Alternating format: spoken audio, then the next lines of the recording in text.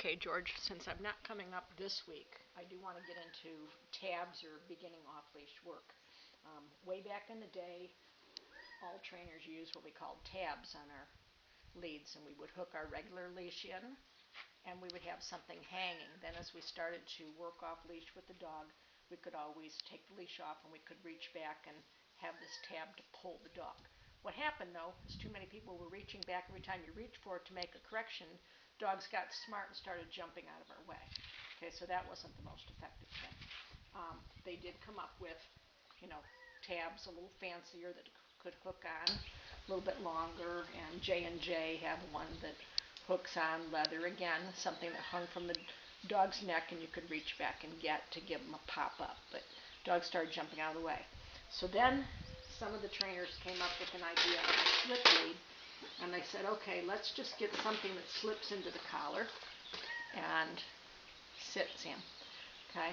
And so what they did was just get something that could just slide through.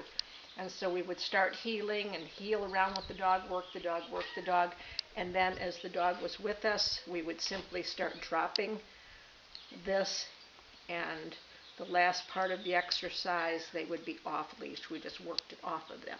Okay, and that would be a process. The last 10 feet of your heel pattern, the last 15 feet of your heel pattern, the last part of your figure eight. So it would be on the slip lead until you wound it up and took it off. But again, it went from some control to no control. Okay, so then along comes Connie Cleveland. I think she probably had the most brilliant idea I've seen yet. And she has taken like a long shoelace, and Sam's wearing a piece of nylon, looks like a long shoelace. And she's made a tab out of it, but it's split. It's just hanging open, and it's long, okay? And so the trick to this thing is it doesn't get caught when they go get a dumbbell, where the one with the loop, for example, this one, hanging on the dog, okay, when sometimes they went down to get a dumbbell, their foot would get caught in it, okay? Where with that open, that caused no problem, okay? So that was an improvement. What I like about her method was then how she's using this, okay? She has the dog on a regular leash. Okay, Sam, we can use you now. Come here. So let me make sure I'm in the spotlight. Okay. So the dog's in on a regular lead. Come here. Good. Okay. So you can see I have her leash on her, okay? And I also have the tab on her, okay?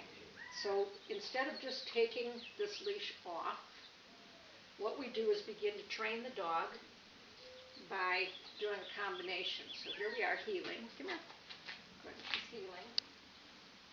And I can reach down and get this and use it. Flop it over her back and heel. And she's heeling nicely. I'm still going to pick it up. Heel. About turn. Sit. Good. Heel. About turn. I could give her a pop. Throw it back over her back. Okay. So I get the dog used to me reaching down, getting this, and putting it back over her back. We do that through several training sessions. So the dog knows every time I reach, I'm not just correcting, sometimes I'm just picking this up. Okay, so that's important. Then, as we get to off-leash, take her leash off of her now.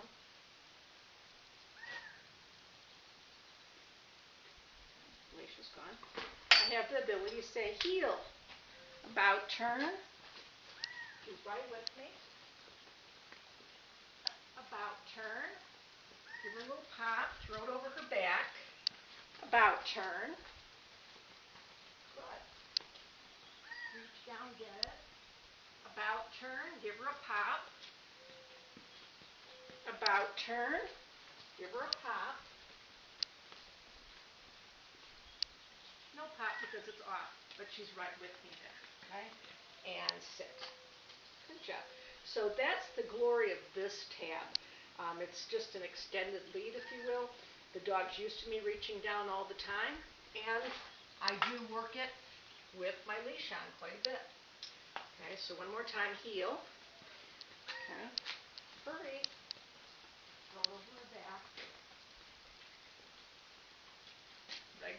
work. Here we are. Hurry. Good. Reach for it.